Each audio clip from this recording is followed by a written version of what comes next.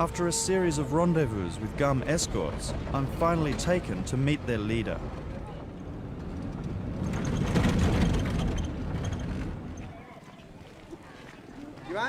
Ishak Daud is the Gum spokesman in East Aceh, large parts of which are controlled by his guerrillas.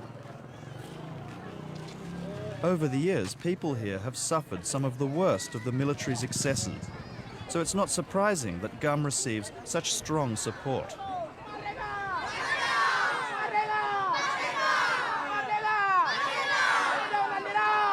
Without that support, Gum would get nowhere. They're fighting a traditional guerrilla war of hit-and-run attacks. They ambush soldiers, policemen and informers, then retreat to hide amongst the villages. Kalau saudara, saya sudah turun ke lapangan hari ini melihat GAM. Kenyataannya GAM adalah di masyarakat. GAM dilindungi oleh masyarakat, GAM dibiayai oleh masyarakat. Jadi kalau mereka mengatakan tiap hari GAM terjepit, GAM sudah kewalahan, Ishak Daud sudah dicari kemana-mana. Tapi hari ini saudara sudah turun kemari. Apa pendapat masyarakat yang sudah saudara wawancari? Macam mana GAM bergaul dengan masyarakat? Di mana GAM tidur? Siapa yang biaya GAM? Itu kan sudah jelas.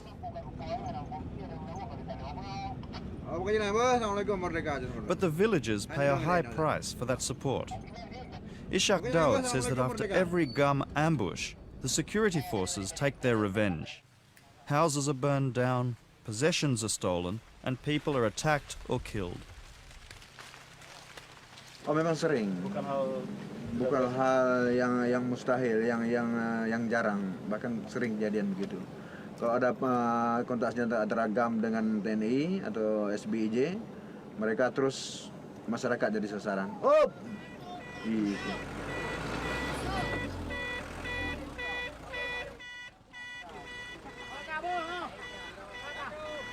Bridges here are designed to be quickly dismantled, to slow the military's advance. This also makes life more difficult for GAM and the villagers. In fact, people say that life is harder than it's ever been, even worse than the brutal 10-year-long military operation known as DOM.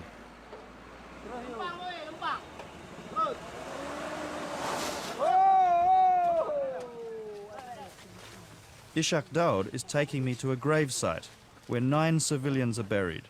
Victims, he says, of state-sponsored terror. Dom parah juga, tapi tidak pernah dibunuh satu hari dalam sekelip mata sampai 35 orang. 9 orang masyarakat sipil yang tidak bersalah, anak-anak kecil diambil, dipotong, ditanam hidup-hidup. Jadi masa DOM tidak pernah sampai segitu. Satu dihabisin.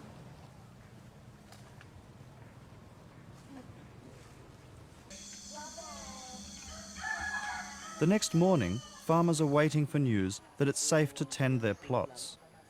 They've not been able to go for 4 days now. The grapevine says there may still be troops around. Berperogok dengan orang itu kita mampu. Maka bahkan bukan saja di kebun-kebun yang demikian. Di sini pun petani-petani yang ada itu tidak berani masuk ke kebun. Kalau orang itu belum mendapat informasi yang jelas. It's like this all the time.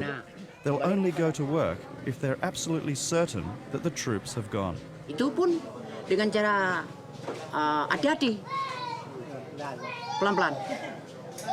Tidak boleh masuk langsung itu. Kadang-kadang sebahagian. Ada orang ini yang 40, tinggal di sini 20, pulang 20. Nampak kita lihat ya sudah pulang. Ternyata belum habis yang dipulang itu. Yang sudah pulang itu belum habis. Sebahagian pulang, sebahagian tinggal. When the security forces sweep through, everyone disappears, running for their lives to the forest. Last time they came, this man would have run away like everyone else, but stayed with his wife, who was about to give birth. His cousin is a GAM member, and this makes him and his young wife the enemy. After soldiers repeatedly stamped on her belly, her baby is lucky to be alive. Her husband went through several rounds of beatings, and then this. Dipijak di bawah perut. Dipijak di perut, keluar pantat saya. Keluar pantat. Udah keluar pantat saya, disuruh bangun, disuruh lari. saya nggak bisa lari lagi. Disuruh masuk ke paret, disuruh minum air sekenyangnya. Udah saya bilang, saya pak nggak sanggup minum lagi, harus kau minum sampai muntah. Udah saya minum, karena takut saya minum sampai muntah. Udah itu disuruh naik dari paret, disuruh lari.